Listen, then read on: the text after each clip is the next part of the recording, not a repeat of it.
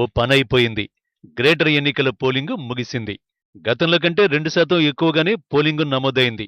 Exit polls కూడా వచ్చేశాయి. అనుకున్నట్లుగానే TRS కు 70కి పైగానే స్థానాలు రానున్నాయని ఎగ్జిట్ పోల్స్ తేల్చేశాయి.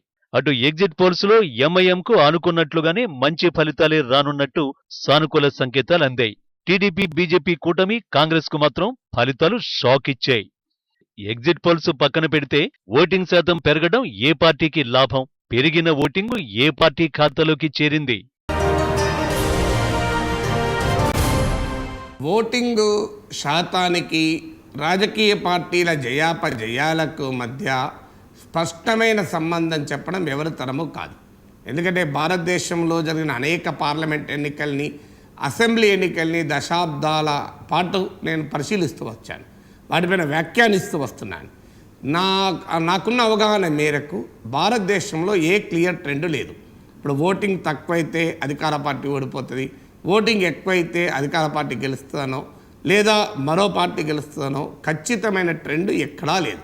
అయితే సహజంగా ఒక ప్రభుత్వం పట్ల తీవ్రమైన వ్యతిరేకత ఉన్నప్పుడు, ప్రజలు పెద్ద సంఖ్యలో ఓటు వేసినప్పుడు ప్రజాగ్రహాన్ని ఇది రిఫ్లెక్ట్ చేస్తుంది కనుక ఓటు వల్ల ఓడిపోతారని చెప్పచ్చు. కానీ అలా ఖచ్చితంగా ఆధారాలతో ప్రతిసారి చెప్పిందైతే లేదు. అందువల్ల ఇవాళ ఏ పార్టీ ఆ పార్టీకి అనుకూలంగా విశ్లేషించుకుంటూనే ఉంటాయి. ఇప్పుడు ఉదాహరణకు పాత బస్తీలో సహజంగా ఎంఐఎంకు ఎక్కువ ఓటింగ్ ఉంటుంది, గత అనుభవాలు చెప్తున్నాయి. ఇప్పటికి కూడా ఒకవేళ ఎంఐఎంకి ఓటింగ్ ఎక్కువ ఉందనుకోండి, పాత బస్తీలో ఓటింగ్ తగ్గిందనుకోండి, అది ఎంఐఎంకు కొంత నష్టం, పెరిగిందనుకో ఎంఐఎంకు లాభం అని ఇలాంటి ఒక విశ్లేషణ. అలాగే సీమాంధ్ర ప్రజలు ఎక్కువగా ఉన్న ప్రాంతాల్లో ఇప్పటికీ తెలుగుదేశం, బీజేపీ కొంత స్ట్రాంగ్గా ఉంది. టీఆర్ఎస్ ఈ ప్రాంతాల్లో పెనట్రేట్ అయ్యడానికి ప్రయత్నించినా ఈ మ్యాక్సిమం అయితే 20% ఓట్లు తెచ్చుకుంటారేమో. కానీ నిన్నగాక మొన్న మళ్ళీ కేసీఆర్ గారు చంద్రబాబు నాయుడుకి ఇక్కడ ఏం పని అన్నాడు, రేపు మమ్మల్ని కూడా ఇక్కడ ఏం పని అంటాడేమో అనే అనుమానాలు ప్రజల్లో కలిగినాయి కనుక అక్కడ టీఆర్ఎస్కు భారీగా ఓటింగ్ రాకపోవచ్చు.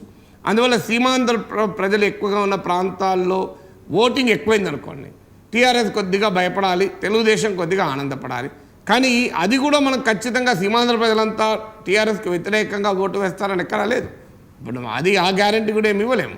అందువల్ల ఇవన్నీ కూడా ఇఫ్స్ అండ్ బట్స్గా రాజకీయ పార్టీలు విశ్లేషించుకోవటానికి ఓ లాటరీ టికెట్ కొని ఆ లాటరీ టికెట్ రిజల్ట్ వచ్చేదాకా ఎంజాయ్మెంట్ పొందటానికి ఉపయోగపడుతుందే తప్ప ఇంకా దేనికి ఉపయోగపడదు. అందువల్ల ప్రశాంతంగా అభ్యర్థులు నిద్రపోయి ప్రజలను నిద్రమోనిచ్చి ఎన్నికల కౌంటింగ్ వరకు ఆగితే ఎన్నికల కౌంటింగ్లో ప్రజల తీర్పు వల్ల తేలుతుంది. అందువల్ల ఈ ఊహాగానాలు చేయడానికి మీడియాకు కొంత టైంపాస్ పనికొస్తుంది, రాజకీయ పార్టీలు కొంత ఎంజాయ్మెంట్ చేయడానికి పనికొస్తుంది తప్ప సైంటిఫిక్ ఎవిడెన్స్ అయితే ఏదీ లేదు. ఓటింగ్ స్థాయిని బట్టి పార్టీల జయాపజయాలను అంచనా వేస్తానికి ఏ శాస్త్రీయమైన ప్రాతిపదిక భారతదేశ ఎన్నికల శాస్త్రంలో, అనుభవంలో ఎక్కడా లేదు.